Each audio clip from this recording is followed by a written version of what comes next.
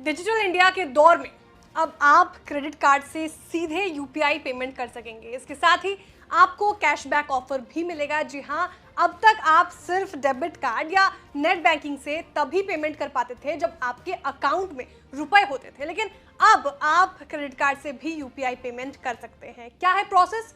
सबसे पहले किस बैंक ने शुरू की ये सुविधा, ये सब हम आपको इस रिपोर्ट में बताने जा रहे हैं। क्रेडिट कार्ड से पेमेंट की बात कर रहे थे। एचडीएफसी बैंक ने अपने ग्राहकों के लिए सबसे पहले ये स्पेशल क्रेडिट कार्ड ऑफर किया है। इसके साथ ही आप सीधे यूपीआई पेमेंट कर सकते हैं। ये credit card HDFC bank UPI रुपए क्रेडिट कार्ड के नाम से होगा। एचडीएफसी के प्रोसेस सेक्टर की सबसे बड़े बैंकों में से एक माना जाता है। ऐसे में इस सेवा को शुरू करने में भी इस बैंक ने बाजी मार ली है। सबसे खास बात यह है कि इस क्रेडिट कार्ड को आप भीम पे, पेटीएम, फोन पे और पेजैप जैसे यूपीआई पेमेंट के साथ लिंक कर सकते हैं, जहां से सीधे पेमेंट करना आसान हो जाएगा।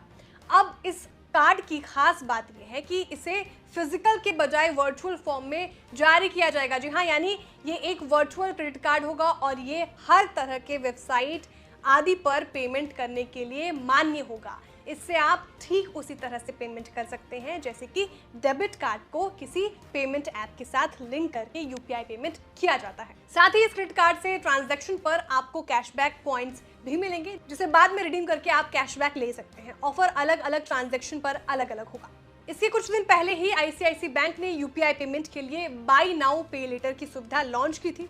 इसका फायदा ये था कि आप अकाउंट में पैसे नहीं होने पर भी यूपीआई पेमेंट कर सकते हैं और उस रकम को बाद में बैंक को चुका सकते हैं। आईसीआईसीआई बैंक के मुताबिक यूपीआई भुगतान के लिए ईएमआई की सुविधा इलेक्ट्रॉनिक्स, किराने का सामान, कपड़े, ट्रैवल और होटल बुकिंग जैसी कई कैटेगरी में लिया जा सकता है। क्यूआर कोड को स्कैन करके यूपीआई भुगतान के लिए ईएमआई की सुविधा मिलेगी। कस्टमर बैंक के ऑप्शन बाय नाउ पे लेटर का इस्तेमाल करके ईएमआई सुविधा का फायदा भी उठा सकते हैं। जो ग्राहक बैंक की पे लेटर सुविधा के योग्य होंगे वो इसके जरिए यूपीआई पेमेंट कर सकेंगे।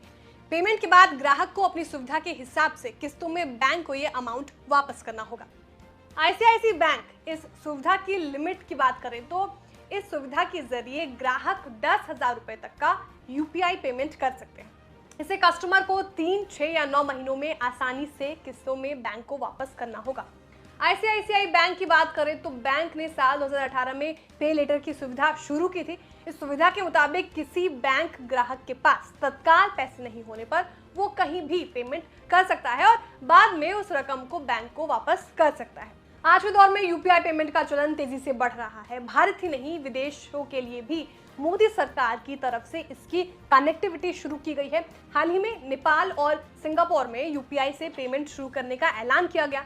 इससे पहले भी इस पेमेंट सिस्टम के लिए कई देशों से करार किया जा चुका है। इनमें भूटान, मलेशिया, ओमान, यूएई जैसे देश शामिल हैं। नेपाल में यूपीआई प्लेटफॉर्म लागू करने वाले भारत के बाहर पहला देश बन गया है। सिंगापुर के साथ यूपीआई सेवाओं की शुरुआत के बाद अन्य कई देशों में इसके इस्तेमाल की संभावनाओं को तलाशा जा रहा है। इस लिस्ट में Australia, Canada, Cambodia, Vietnam, Japan, Taiwan जैसे देश शामिल हैं। रिपोर्ट की माने तो तकरीबन 30 देशों के साथ यूपीआई प्रणाली को अपनाने पर बातचीत जारी है। डिजिटल भुगतान के मामले में भारत दुनिया भर में सबसे आगे है। अंतर्राष्ट्रीय मुद्रा कोष और विश्व बैंक तक ने यूपीआई को लेकर भारत को सराहा है। देश की बात करें तो यूपीआई से होने वाले पेमेंट के आंकड़े में महीने दर महीने तेजी देखने को मिल रही है। इस पेमेंट सिस्टम की लोकप्रियता के चलते सरकार लगातार इसके विस्तार पर फोकस कर रही है और अब यूपीआई वैश्विक ब्रांड के तौर पर पहचान बनाता जा रहा है। आपको हमारी जानकारी कैसी लगी कमेंट करके जरूर बताएं। वीडियो को लाइक और शेयर करना ना भूलें। साथ ही जो हमारे नए व्यूअर्स हैं वो भी चैनल को सब्सक्राइब करना ना भूलें।